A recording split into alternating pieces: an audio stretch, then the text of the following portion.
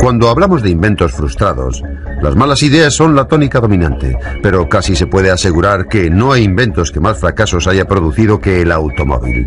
Tanto los genios individuales como las grandes compañías automovilísticas siempre han intentado obtener nuevos y revolucionarios métodos para lograr que un coche nos traslade a donde lo necesitemos. Los años 50 fueron una época de creciente prosperidad en los Estados Unidos. Había mucha confianza en la modernidad y en el futuro. Y hubo una especie de fiebre automovilística en la que mucha gente, con su fantasía, invirtió en sus vehículos. Y muchos fabricantes hicieron lo posible por satisfacer esa demanda. Creo que esa es la razón por la que surgieron conceptos tan extravagantes.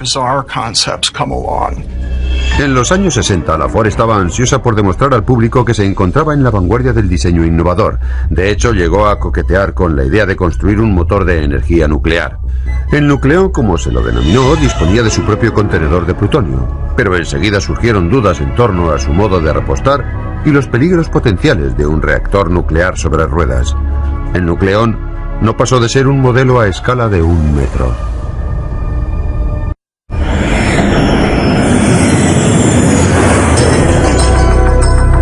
En 1954 se dio inicio a un experimento más serio. La Chrysler se embarcó en una odisea de casi 30 años para crear un coche cuyo motor se sustentara en la tecnología aeronáutica. Un coche con el sistema electrógeno de un motor a reacción. En octubre de 1963 se presentó el nuevo modelo de Chrysler con motor de turbina. Los motores desarrollados por los técnicos norteamericanos venían acompañados de una carrocería de estilo europeo, diseñado en colaboración con los mejores profesionales de la empresa italiana Ghia. Con un 80% de piezas menos que un motor estándar, la Chrysler también promocionó el diseño sencillo y la alta fiabilidad de la turbina. Here is full power potential for instant acceleration and outstanding climbing ability. The driver is assured the same control he can get in the best conventional passenger car, even on the steepest grades. El motor del coche era sorprendentemente sencillo en diseño. El aire entraba en el compresor del Chrysler, donde se incrementaba rápidamente la temperatura y la presión. Entonces, el aire pasaba a un quemador donde se mezclaba con el carburante, provocando la combustión. Los gases calientes se expandían a través de una serie de turbinas que transformaban la energía térmica en energía mecánica, haciendo girar las ruedas. La potencia y el manejo de la turbina Chrysler era comparable a cualquier otra cosa en la carretera. Sin embargo, la aceleración era lenta debido al retardo de la turbina en accionar la transmisión. Pero la turbina del Chrysler sí tenía una característica fascinante. Funcionaba con cualquier combustible líquido, ya fuese gasolina, perfume o incluso aceite de maíz. Todo valía igual. Se cuenta una anécdota en la que durante la fase de ensayos los técnicos echaron whisky en el depósito para ver si así también funcionaba. Cuando comprobaron que era posible, unos mecánicos muy bromistas se quejaron amargamente de que se hubiera echado a perder el whisky de ese modo. El proyecto fue declarado no factible debido en gran medida a los costes de producción. También faltaba la investigación de nuevas aleaciones metálicas que pudieran resistir las altas temperaturas de la turbina.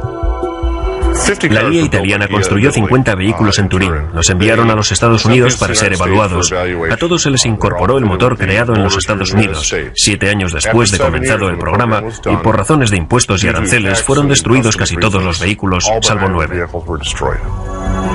Finalmente, en 1981, la Chrysler abandonó el concepto de motor de turbina. Pero seguramente el diseño automovilístico fallido más curioso fue el producto anfibio de un diseñador aeroespacial alemán, Hans Trippler.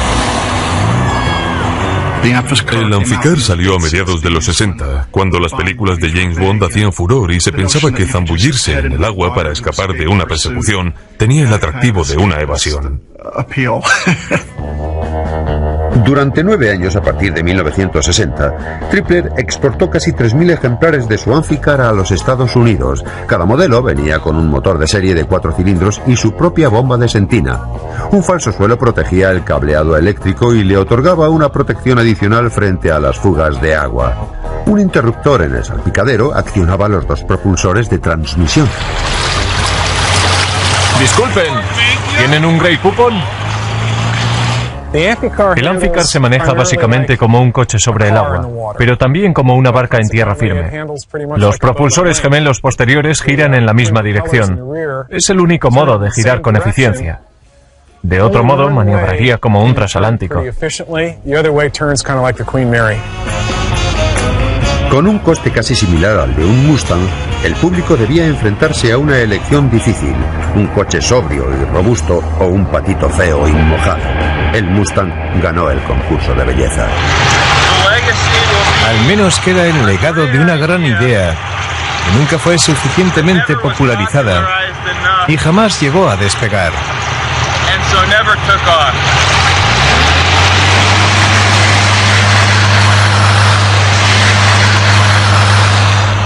Pero los fracasos más sonoros de la industria del automóvil vinieron de la mano de grandes personalidades que perseguían el sueño de construir el vehículo perfecto.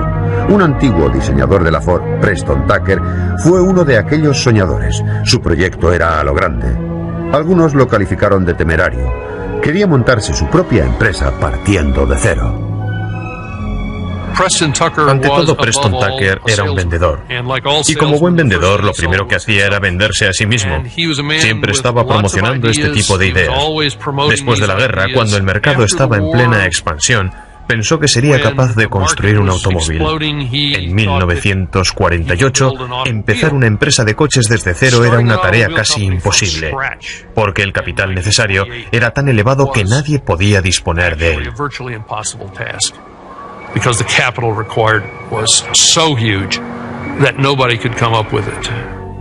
Tucker tenía en mente construir el vehículo más seguro de la carretera. Diseñó su coche, un coche con motor posterior.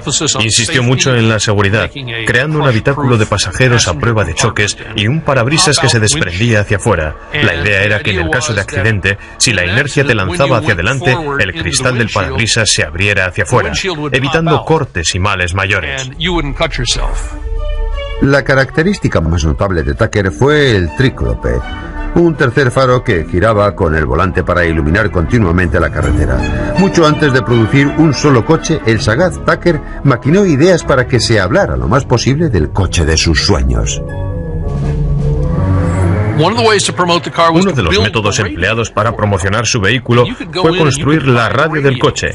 Podías ir y adquirir la radio para tu Tucker, y para dejar bien seguro que eras consciente en todo momento de que aquella era la radio para tu Tucker, los botones del aparato llevaban las letras T, U, C, K, E y R en cada una de las teclas.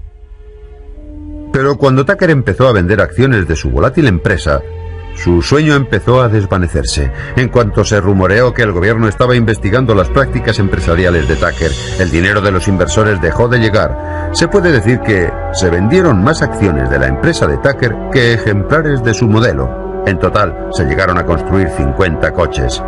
Otro hombre que tenía pasión por ensalzar el diseño del automóvil fue Edsel Ford, el hijo de Henry, muerto durante la Segunda Guerra Mundial. La empresa Ford quiso rendirle honores prestando su nombre a su proyecto más novedoso. Up to now, we at Ford have called it simply the E-Car. Today, it gives me a great deal of pleasure to announce its official name, Edsel, in honor of my father, who served as president of Ford Motor Company. Evidentemente, el modelo Edsel pasó a la historia como sinónimo de fracaso. Y es una lástima, sobre todo porque el Edsel, con su curioso nombre, se llamaba así en memoria del único hijo de Henry Ford. A cierta gente le pareció de mal gusto, a otros les pareció divertido. Irónicamente, Edsel Ford fue un hombre con un gusto exquisito y posteriormente ha sido fuente de inspiración para el que se considera el vehículo más bello de todos los tiempos. El original Mark I Lincoln Continental.